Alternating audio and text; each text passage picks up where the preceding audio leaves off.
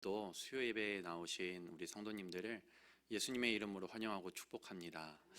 여러분 어떤 기대를 가지고 오셨는지 각자의 상황에 따라 또 기도의 제목에 따라 조금씩 차이는 있겠지만 결국 우리가 받아야 하는 은혜는 단 한 가지 은혜, 십자가의 은혜인 줄로 믿습니다. 오늘 이 저녁, 이 예배 시간, 이 말씀을 통해서 그 십자가 사랑을 다시 한번 깨닫고 그 십자가 사랑을 실천할 수 있는 우리가 되기를 소원합니다. 오늘 이 말씀은 구약 성경에서 아주 중요한 위치를 차지하는 말씀입니다. 바로 구원받은 백성들이 사명자로 나아가기 위해서 거쳐야 하는 말씀이거든요.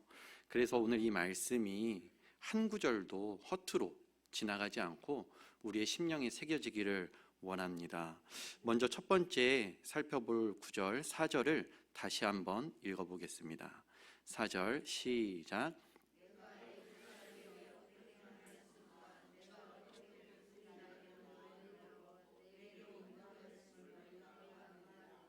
아멘.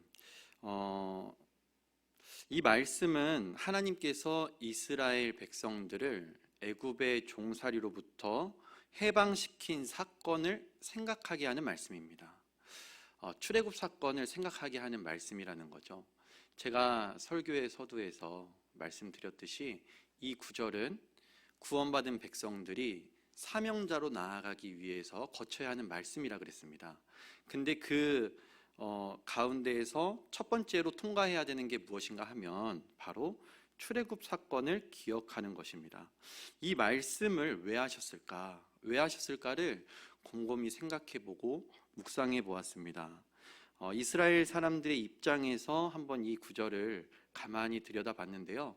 이스라엘 사람들이 이 말씀을 들었을 때 그들은 하나님의 사랑이 확증된 사건으로 다가왔을 거예요. 그래서 저는 이 구절에 생략되어 있는 하나의 단어가 있겠다 생각을 했습니다. 그게 무엇이냐면 내가 너희를 위하여 애굽 사람에게 어떻게 행하였는지를 생각해라. 너희를 위하여라는 그 단어가 이 구절에 생략되어 있다고 봐도 되겠다라는 생각을 했어요. 왜 그러냐면 실제로 출애굽 사건은 하나님께서 이스라엘 백성을 위하여 일으키신 사건이기 때문입니다. 한번 몇 구절을 찾아보겠습니다. 우리 출애굽기 12장 13절을 한번 보죠. 출애굽기 12장 13절. 여기는 그 하나님께서 마지막 10번째 재앙 일으키신 후에 일으키기 전에 말씀하신 겁니다. 출애굽기 12장 13절 시작. 내가 애굽 땅을 칠 때에 그 피가 너희가 사는 집에 있어서 너희를 위하여 표적이 될지라. 내가 피를 볼 때에 너희를 넘어가리니 재앙이 너희에게 내려 멸하지 아니하리라. 여기 너희를 위하여라고 기록되어 있죠. 또 보겠습니다. 14장 13절 14절입니다. 출애굽기 14장 13절 14절 시작.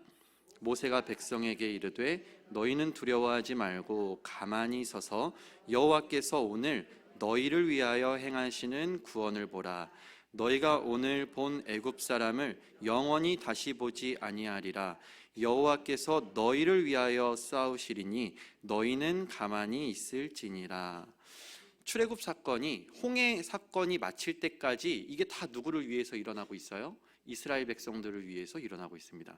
한 구절 더 찾아볼게요. 16장 4절입니다. 만나와 메추라기를 주신 사건인데요. 출애굽기 16장 4절 시작.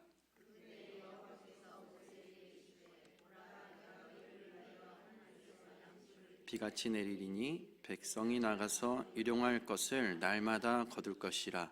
이같이 하여 그들이 내 율법을 준행하나 아니하나 내가 시험하리라. 아멘. 지금 우리가 이 세 구절의 말씀을 봤는데 이 모든 사건이 지금 누구를 위하여 일어났나요? 이스라엘 백성들을 위해서 일어난 일입니다. 즉 애굽에서 이스라엘을 구원하신 이유는 이스라엘 백성들을 사랑하시는 하나님의 그 사랑이 동기가 되었어요. 이스라엘 백성들을 위해서 하나님 행하신 일들입니다. 다시 말해서 이 구절은 이렇게 번역될 수 있어요. 내가 너희를 얼마나 사랑하는지를 기억해라. 내가 너희를 얼마나 사랑하는지를 기억해라 라고 번역할 수 있습니다. 너희가 얼마나 존귀한 존재인지, 너희는 절대 그런 취급을 당해서는 안 되는 백성들이야. 나의 백성들이야. 두려워하지 마라. 다시는 너희를 괴롭히지 못할 것이다. 내가 너희를 위해, 내가 너희를 대신해서 싸우겠다. 이게 하나님의 본심이고 하나님의 행동의 요인이에요. 이것 때문에 하나님이 이스라엘 백성들을 애굽에서 구원해 주신 것이죠. 이처럼 하나님의 모든 말씀과 하나님의 모든 행위는 그분이 우리를 얼마나 사랑하시는지를 나타냅니다. 그 사랑이 오늘 우리를 이 자리로 인도해 주셨고요. 그리고 그 사랑이 오늘 우리의 삶을 붙들어주고 계심을 믿습니다. 그 사랑이 어디에서 가장 극명하게 나타났나요? 예수 그리스도의 십자가에서 나타났습니다. 그래서 요한복음 3장 16절에 뭐라고 기록되어 있어요? 하나님이 세상을 이처럼 사랑하사 독생자를 주셨. 왜 주셨어요? 예수님의 십자가가 왜 일어났어요? 사랑하셔서 일어났어요. 이처럼 사랑하신 거예요. 그러니까 이 십자가를 통해서 너희들이 깨닫기를 원하는 것은 무엇이냐면 내가 너희를 이처럼 사랑한다는 거예요.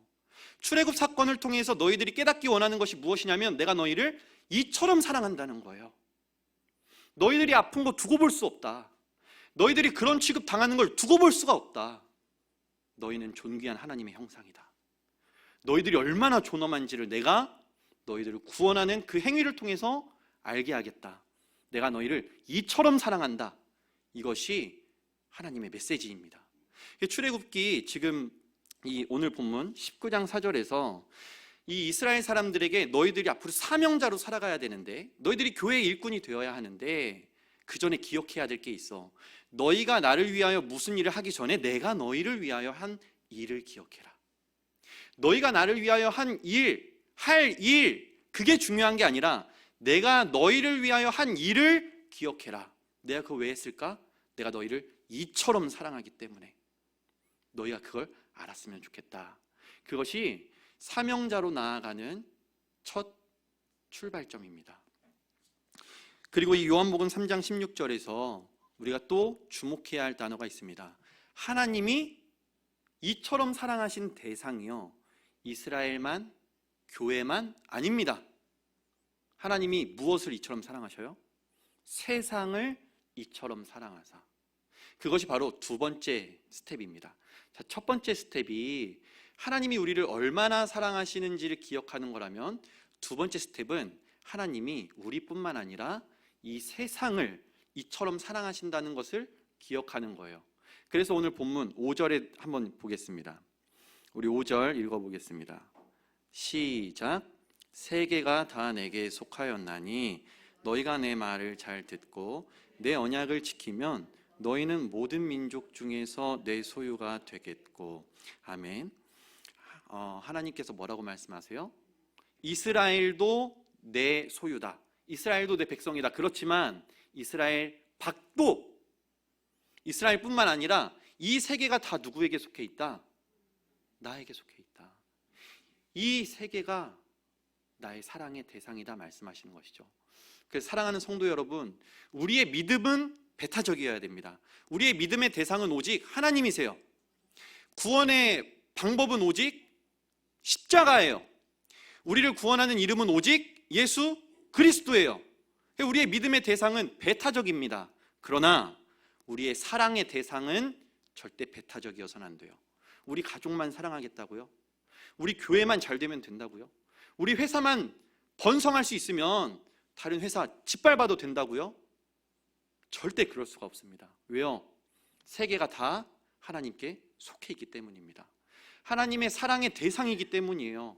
그래서 우리의 믿음은 오직 하나님을 향해야 하지만 우리의 사랑은 세상을 향해야 합니다. 그것이 두 번째 스텝입니다. 그래서요, 우리는 이 4절에 머물러 있으면 안 돼요. 우리를 구원해 주신 그 은혜에 감격하고 감사하고 그 은혜를 찬양해야 합니다. 그러나 아직 그 은혜를 경험하지 못한 사람들이 있음을 잊어서는 안 돼요. 여전히 애굽적인 이 세상 문화 속에서 고통 가운데 신음하는 자들이 있다는 사실을 잊어서는 안 돼요. 전쟁과 기근과 가난과 질병으로 인해서 고통받고 있는 우리의 이웃이 있다는 사실을 잊어서는 안 되는 것입니다. 5절로 나아가야 돼요. 세계가 다 내게 속하였나니 여기로 나아가야 됩니다. 그래서 이 문장을 좀 기억하셨으면 좋겠어요. 하나님께서 우리를 위하신다고 해서 우리도 우리를 위해서는 안 된다. 다시 말씀드릴게요. 하나님께서 우리를 위하신다고 해서 우리도 우리 자신을 위해서는 안 된다. 저는 그렇게 말씀드리고 싶어요. 그리고 이것이요, 우리가 우리를 위해서 살아가게 되는 순간 그것은 곧 우상 숭배가 됩니다. 한번 몇 구절 찾아볼까요? 출애굽기 20장 4절입니다. 자, 이 19장 전까지는요, 하나님께서 너희를 위하여 행하신 일을 기억하라 이거였잖아요. 자, 이 출애굽기 20장 4절은요 조금 다릅니다. 자, 20장 4절 시작.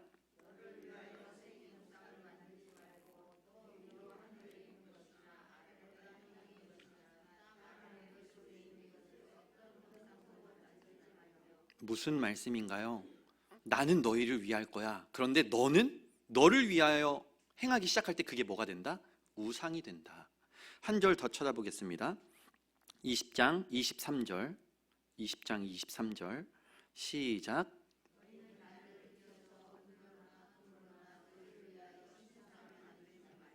너희는 너희를 위하여 살지 말라. 이거 하나님이 명령하신 거예요. 나는 너희를 위할 거야. 근데 너희가 너희를 위하는 순간 그것은 곧 우상 숭배가 된다. 그리고 그것은 곧 애굽적인 삶으로 나아가는 거예요. 실제로 이스라엘 백성들이 살아갔던 역사가 그렇습니다. 이스라엘 사람들이 이 출애굽기 19장 4절에서 5절로 넘어가지 못했어요. 세계가 다 하나님께 속했다는 사실을 기억하지 못하고 자기들만 선민인 줄 착각했습니다. 그래서 그들은 애굽적인 사람들로 변해가요. 이방인들을 개와 같이 여깁니다. 이방인들을 선교의 대상, 사랑의 대상으로 생각하지 않고 뭐처럼 여겨요? 개처럼 여겨요. 사람으로 취급을 안 합니다. 그리고 그들은 하나님을 위하지도 않고 이웃을 위하지도 않아요. 오직 자기 자신을 위해서 살아갑니다. 그렇게 이 구약 전체가 지금 어떻게 흘러가냐면 이스라엘 사람들이 자기 자신을 위한 우상 숭배의 삶으로 빠져나갑니다. 그리고 그렇기 때문에 결국 이스라엘의 최후가 어떻게 돼요? 애굽처럼 멸망해요. 애굽이랑 최후가 다르지 않습니다. 이것을 잘 기억해야 됩니다. 하나님께서 우리를 위하신다고 해서 우리가 우리를 위해서는 안 됩니다. 하나님의 사랑이 이미 우리에게 충만하게 쏟아지고 있는데 왜 아둥바둥 지려고 하는 거죠? 아까 우리가 찬양 마지막에 했던 찬양, 저는 그 찬양을 참 진심으로 고백하기 어려운 찬양이라는 생각을 했습니다. 여러분 정말 가진 재물 없으세요? 정말 자랑하는 지식 없으십니까? 여러분 정말 건강을 위해서 뭐든지 할 수 있지 않으세요? 정말 재물과 지식과 건강 없이 나 다 그런 거 없지만 하나님 계시니까 나 만족합니다. 정말 그게 여러분의 고백이 되십니까? 저는 그게 안 돼서 너무 가슴이 아팠어요. 저 뒤에서 이 찬양을 하는데 이 고백이 나의 고백이 되었던 적은 분명히 있었던 것 같은데 그때의 나와 지금의 나를 비교해 보면 나는 가진 게 너무 많아졌다. 재물도, 지식도, 건강도 그거 다 없이 하나님만으로 만족했던 때가 분명히 있었던 것 같은데 지금의 나는 너무 많아졌다. 그래서 재물과 지식과 건강이 나의 눈을 어둡게 해서 남이 못 보는 거를 나도 못 보고 있고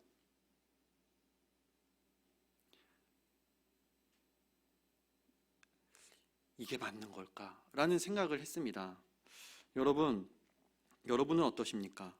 하나님께서 우리를 위하신다고 해서 우리도 우리를 위해서는 안 될 것입니다.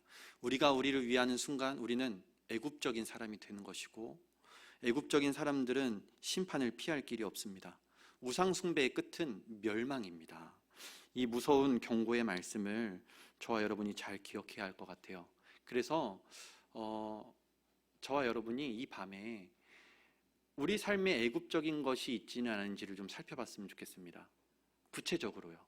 가정생활, 우리가 혹시 우리 자녀들에게 애굽적으로 대하고 있지는 않은지, 연약하다고 해서 윽박지르고 억압하고, 우리의 자녀들의 영혼이 죽어가고 있는데 알아차리지 못하고 방치하고는 있지 않은지 생각해 볼 일입니다. 자녀들이라고 다를 게 없습니다. 부모님들에게 함부로 대하는 거 있지 않으세요? 반드시 회개해야 할 일입니다. 그런가 하면 일터에서는 어떻습니까? 갑과 을이 명확하게 갈리는 그 현장에서 여러분은 어떤 위치에서 어떻게 살아가고 계십니까? 배움터에서, 그리고 교회에서 노동력을 착취하고 또 아이들이 숨도 쉬지 못하는 그런 분위기로 살아가고 있지는 않습니까? 아니길 바랍니다. 그런데 너무나도 안타깝게도 저는 계속해서 그런 상담을 하고 있습니다. 가정에서도 언제 그렇게 됐는지 모르겠대요. 돌이키기엔 너무 늦은 거 아닌가라는 생각이 든대요. 일터에서도 감정이 메말른대요. 사람으로 보이지가 않는다는 겁니다. 학교에서도 학생들이 서로에게 하는 그 끔찍한 대화를 듣고 있으면 막 영혼이 괴롭습니다. 이 일들이 정말 끊어질 수는 없는 걸까요? 이거 그냥 정말 두고 볼 수밖에 없는 걸까요? 우리는 어떻게 해야 할까요? 6절로 넘어가야 합니다. 우리 오늘 본문의 말씀 6절의 말씀 함께 보겠습니다. 시작. 너희가 내게 대하여 제사장 나라가 되며 거룩한 백성이 되리라. 너는 이 말을 이스라엘 자손에게 전할지니라. 하나님께서는요, 포기하지 않으십니다. 하나님께서는 이 세상을 사랑하시는 일을 포기하지 않고요, 애굽적인 것들을 무너뜨리는 일을 포기하지 않으십니다. 그 애굽적인 것들에서 억압당하는 이스라엘 백성 같은 자들을 구원하는 일을 포기하지 않으십니다. 그래서 이 일에 지금 누구를 부르고 계세요? 이스라엘 사람들을 부르고 계세요. 이 일에 저와 여러분을 부르고 계세요. 너희가 제사장 나라가 되라. 너희가 거룩한 백성이 되라. 하나님의 방법을 지금 가르쳐 주시는 것이죠. 그래서 이 출애굽 구원의 사건이 하나님의 구원 사건으로 끝나지 않고 세계 곳곳에서 일어나야 합니다. 여전히 세계 곳곳에 애굽적인 곳들이 있죠. 그곳에 이제 이스라엘 사람들이 가는 거예요. 그래서 애굽적인 문화들을 무너뜨리고 그 문화 속에서 괴로움 가운데 신음하는 이들을 구원하는 일들을 이제 이스라엘 사람들이 해야 하는 것이죠. 먼저 구원받은 저와 여러분들이요. 먼저 구원받은 저와 여러분들이 그 구원받음에 머물러 있는 것이 아니라 우리를 사명자로 부르시는, 이제 너희가 가서 그곳에 애굽적인 것들을 무너뜨리고 그곳에서 억압받고 있는 자들을 구원하라 하는 그 하나님의 부르심이 저와 여러분에게 있는 줄로 믿습니다. 그래서 사랑하는 성도 여러분, 우리의 삶은 각자의 은사에 따라, 부르신 자리에 따라 모양은 다르게 나타날 수 있으나 목적은 하나입니다. 무엇인가요? 이 출애굽 사건을 재현하는 것입니다. 가정을 구원하는 거예요. 자녀를 구원하는 겁니다. 부모님을 구원하는 거예요.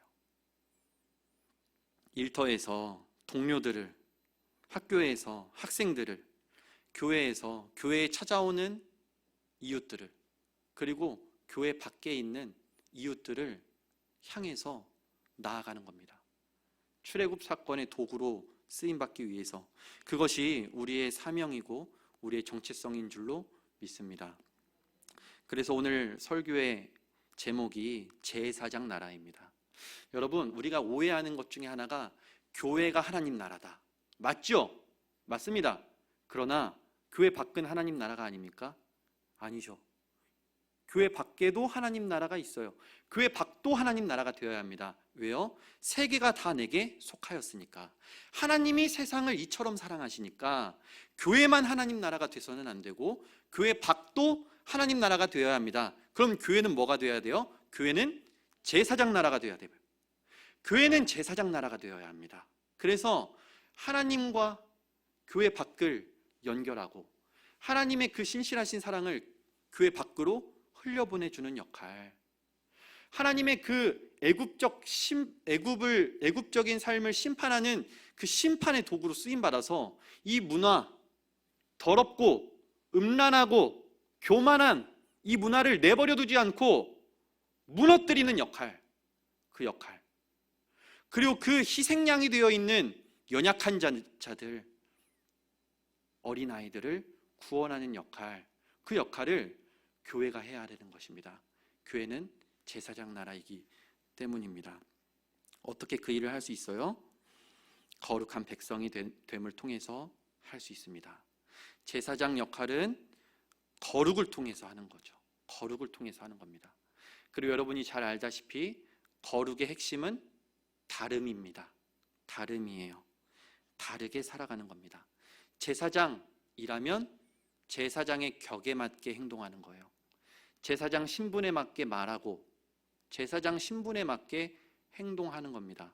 경거망동하지 않게, 교만하지 않게, 음란하지 않게, 정직하게, 정의롭게, 겸손하게, 그렇게 달라져야 합니다. 그런데 참 어렵습니다. 그렇죠? 무엇부터 어떻게 시작해야 할지. 너무 오랜 세월 애굽적인 삶에 찌들어 있어서 무엇이 옳고 무엇이 그른지 분간도 제대로 하지 못하는 그런 상태에서 무엇부터 어떻게 해야 할까? 답은 언제나 십자가에 있습니다. 십자가를 바라보십시오. 십자가를 기억하십시오. 하나님께서 우리를 얼마나 사랑하셨는지를 다시 생각하는 겁니다. 거기부터 시작해야 돼요. 4절로 다시 돌아가는 거예요. 우리를 위하여 어떤 일을 행하셨는지를 다시 기억하는 겁니다. 이렇게 죄 많고 흠 많고 재활용이 불가능한 쓰레기 같은 인생도 사랑해 주셔서 건져주시고 구원해 주실 뿐만 아니라 사명자로 삼아주신 그 하나님의 크신 사랑을 기억하는 겁니다. 그 하나님의 사랑을 잊지 않고 그 사랑 가운데로 다시 나아가는 거예요. 하나님, 지금까지 구원해 주신 그때부터 오늘에 이르기까지 제 삶을 되돌아보면 여전히 부족한 것뿐이고 부끄러운 뿐입니다. 그럼에도 불구하고 나를 향한 그 신실하신 하나님의 사랑을 의지해서 다시 십자가 앞으로 나아갑니다. 거기부터 다시 시작하는 거죠. 그리고 그 십자가 사랑을 담기를 원합니다. 그 십자가의 전달자로 살아가기를 원합니다 라고 기도하고, 그렇게 살기 위해서 내 삶의 구체적인 정황들, 내 삶의 구체적인 애굽적인 것들을 파악하고 무너뜨리는 일들을 무엇부터 시작하는 거예요? 십자가부터 시작하는 겁니다. 사랑하는 성도 여러분, 여러분의 삶에서 구체적으로 어떤 삶이 어떻게 달라져야 할지 저는 알지 못합니다. 그러나 그것을 깨닫고 실천하는 것은 여러분의 몫이겠죠. 그러나 이 한 가지는 동일합니다. 십자가로 나아가야 합니다. 십자가 사랑을 기억하고 십자가 사랑을 실천하기 위해서 내가 오늘 어떻게 살아야 하는가를 되돌아보고 적용하는 것, 그 모든 것이 바로 십자가에서 시작됨을 믿습니다. 말씀을 정리합니다. 오늘 이 출애굽기 19장 4절부터 6절까지의 말씀은 이제 저와 여러분에게 이렇게 말씀하는 겁니다. 너 구원받은 백성에 머물러서는 안 되고 이제 사명자로 살아가야 하는데, 그렇게 살기 위해서는 십자가 앞에 날마다 나아가야 한다. 날마다 십자가 사랑을 기억해라. 내가 너를 위해서, 내가 이 세상을 위해서 어떻게 했는지, 그 모든 하나님의 구원 스토리 가운데 하나님의 사랑이 우리에게 밝히 드러났다는 것을 기억하는 것, 그것부터 시작하는 것이죠. 그리고 우리의 삶의 곳곳에서 애굽적인 것들을 용납해서는 안 되고 그것을 무너뜨리기 위해서 다시 십자가 들고 나가는 겁니다. 십자가 사랑으로 연약한 자들을 품고 십자가에 나타난 하나님의 공의를 실천하고 정직과 정의와 거룩과 겸손으로 옷 입는 것, 그것을 통해서 저는 여전히 그렇게 살아가는 사람들을 통해서 이 세상 전체가 하나님 나라가 되는 소망이 있다고 믿습니다. 하나님께서 그렇게 말씀하셨기 때문입니다. 그러니까 힘들더라도 포기하지 마시고 하나님께서 우리에게 주신 이 사명자의 길을 끝까지 걸어가는 저와 여러분이 되기를 간절히 소망합니다. 이번 남은 한 주 날마다 십자가를 기억하십시오. 아침에 눈을 떠서 밤에 잠자리에 들기까지 십자가에 감사하고 또 십자가를 살아내기 위해서 애쓰십시오. 그리고 그렇게 살지 못했더라도 이미 십자가를 통해서 다 이루신 예수 그리스도의 공로를 힘입으십시오. 그래서 십자가로 시작해서 십자가로 끝마치는 남은 3일이 되시기를, 그래서 주일날 오셨을 때 십자가 승리가 가득한 우리 에바다 선교교회 되기를 주님의 이름으로 간절히 축복합니다. 살아계신 하나님 아버지, 흠 많고 죄 많고 욕심 많고 부정한 우리들을 긍휼히 여겨 주셔서 하나님의 십자가 자비로 구원해 주시고 구원해 주실 뿐만 아니라 사명자 삼아 주시니 감사를 드립니다. 하나님, 우리의 삶의 곳곳에 여전히 애굽적인 것들이 있습니다. 연약한 자들을 억압하고 혐오하고 차별하는 그 일들이 우리의 가정에서, 일터에서, 학교에서, 심지어 교회 안에서도 일어나고 있습니다. 하나님, 이 일들을 결코 방치하지 않고 모든 애굽적인 것들, 하나님이 미워하는 것들을 무너뜨리기를 원합니다. 그로 인해 희생당했던 어린 영혼들, 연약한 자들을 구원하기를 원합니다. 하나님, 그 일에 우리를 사용하여 주시옵소서.